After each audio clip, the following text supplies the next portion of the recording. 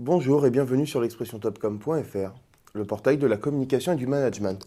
JMT Locameuble améliore l'éco-efficacité logistique pour réduire l'impact environnemental et les émissions de CO2 qu'elle produit. Pour cela, elle utilise un outil d'autodiagnostic RSE créé par un collectif événementiel. Pour nous parler de ce flash, nous recevons Denis Véricel, directeur général de JMT Locameuble. Bonjour. Bonjour. Alors avant de nous parler plus en détail de cet outil de diagnostic et de ce que vous en faites, est-ce que vous pourriez nous parler un peu de JMT Locameuble? Bien sûr.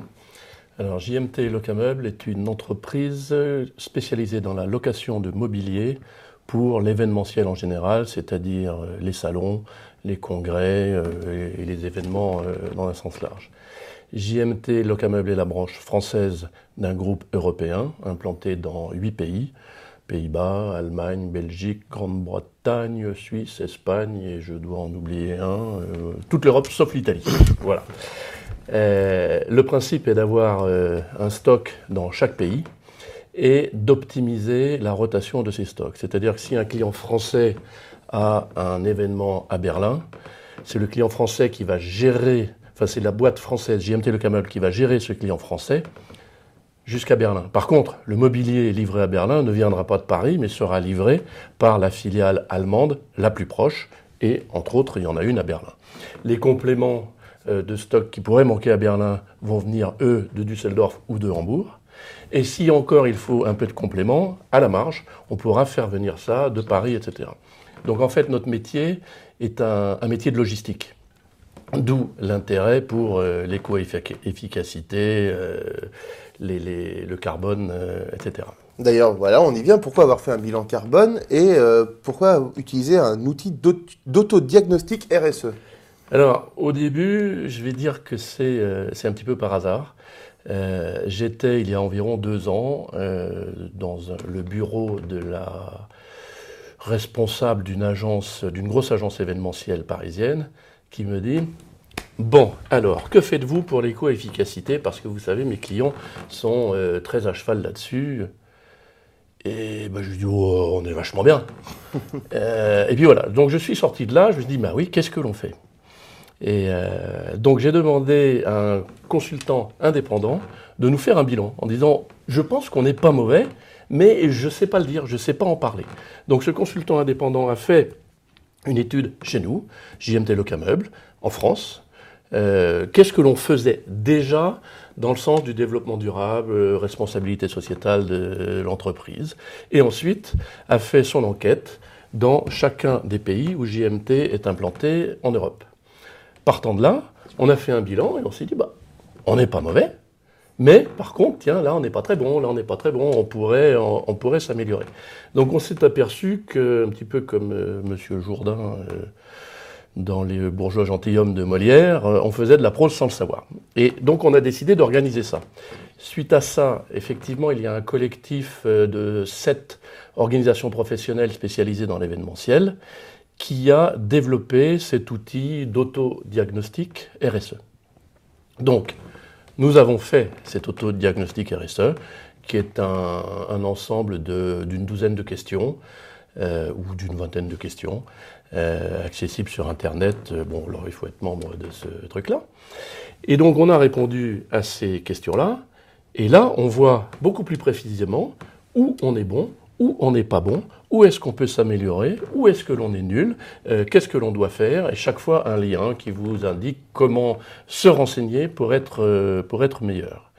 Et donc, toutes les entreprises qui sont de près ou de loin liées au secteur événementiel peuvent avoir accès à cet autodiagnostic, et je les encourage vraiment à le faire, parce que on sait où on est, et on sait comment s'améliorer.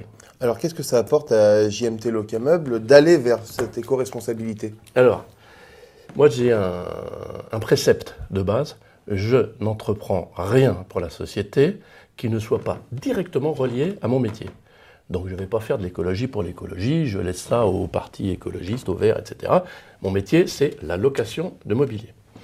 Une fois que ce précepte a été énoncé, j'ai une deuxième chose, c'est un postulat, le client d'abord. Je n'entreprendrai rien qui ne soit pas pour le bénéfice du client. Pour l'instant, on est loin de l'écologie. Mais je m'aperçois que cette grosse agence me demande pourquoi et comment on est écologique, comment on save the planet, etc. Et puis ensuite, une autre agence nous a contactés il y a 1 an et demi pour livrer tout le mobilier du Challenge Bibendum, qui est une manifestation que fait Michelin chaque année, qui tourne dans chaque pays. Elle a été au Brésil, elle a été, je crois, à Shanghai, et l'année dernière, c'était à Berlin. Et donc, ils nous ont sélectionnés parce que, 1, on était français, que c'était plus simple de communiquer avec l'organisateur français, Michelin. 2, parce que nous avions une implantation à Berlin et que donc, on allait pouvoir livrer le mobilier localement. Le Challenge Bibendum, c'est en fait centré sur le transport vert, on va dire. Voilà. Donc on était en plein dans l'écologie. Si on n'avait pas eu cette approche européenne, on n'aurait jamais fait ce dossier qui était important. C'était la livraison de 7 semi-remorques de mobilier. Donc c'est pas rien. Autre chose, actuellement, le groupe Accor nous a sélectionnés pour un événement à Barcelone, parce que nous avons une filiale à Barcelone, et ils ont exigé, dans leur cahier des charges, que le fournisseur de mobilier, tout fournisseur, soit local. Donc, nous sommes français, nous discutons avec Accor, en l'occurrence une agence de com qui s'occupe d'Accor, mais dans le cahier des charges, on doit livrer le mobilier à partir de Barcelone, ce qui pour nous est très facile. Voilà, donc des exemples comme ça, nous en avons plein. Comment vous mettez en avant justement maintenant que vous avez fait votre autodiagnostic, que vous avez votre bilan, comment vous le mettez en avant par rapport aux gens qui font appel à vous? Encore une fois, on va leur montrer le bénéfice client. Le bénéfice client, il est économique et il est de qualité. Donc, lorsque l'on développe ce réseau européen, on limite les transports. Lorsqu'on limite les transports, on limite les émissions de CO2. Donc ça, c'est un énorme bénéfice client. Ensuite, l'organisation même de l'entreprise et de toute notre logistique, on récupère nos déchets. Et dans ce métier-là, on doit protéger les meubles. Chaque meuble est mis dans une housse plastique. Le plastique, ça pollue, c'est pas terrible.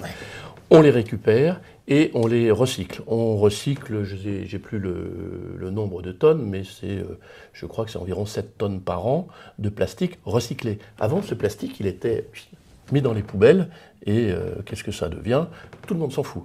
Et donc, là aussi, il y a encore un bénéfice client qui devait soit s'en charger, soit se boucher un petit peu les yeux et les oreilles. Donc, le bénéfice logistique est chez nous extrêmement important. Donc ce bilan RSE nous montre tous les points d'amélioration. On a engagé un processus pour faire un bilan CO2 avec l'ADEME, où on s'engage dans les 3 ans à venir à réduire de 15% nos émissions de CO2. Et donc, nos clients qui sont les agences de communication ou les bureaux d'études qui font des stands, leurs clients finaux leur demandent d'utiliser des partenaires qui soient efficaces et qui aient une vraie responsabilité sociétale d'entreprise. Donc, au bout du compte, on fait du commerce, on fait du commercial et, in fine, we save the planet. C'est parfait. Donc finalement, de passer à quelque chose de plus responsable, de plus vert, ça ne nuit pas du tout à l'efficacité de JMT Locameuble. Ah non, mais bien au contraire. Bien au contraire. Je ne toucherai pas, désolé de le dire, mais je ne toucherai pas au développement durable ou à la responsabilité sociétale de l'entreprise s'il n'y avait pas un bénéfice économique pour nous. Et ce bénéfice économique se reporte sur nos clients. Donc il est faux de dire que ça coûte cher. C'est pas vrai. S'il y a un investissement, il y aura un retour sur investissement qui sera supérieur. Voilà. Parfois, il faut peut-être dépenser un petit peu de sous, mais le retour sur investissement est toujours bénéfique. À condition, je pense, que l'on ne fasse pas du développement durable pour faire du développement durable. À condition que l'on fasse avec une raison bien précise, centrée sur son métier. Donc je reviens à mon préambule de mon précepte et mon postulat. Précepte, mon métier, rien que mon métier. Postulat, comment je peux reporter le bénéfice sur mon client.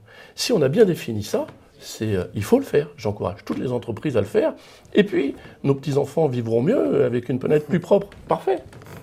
Écoutez, merci Denis d'être venu répondre à nos questions. Avec grand plaisir. À bientôt. À bientôt.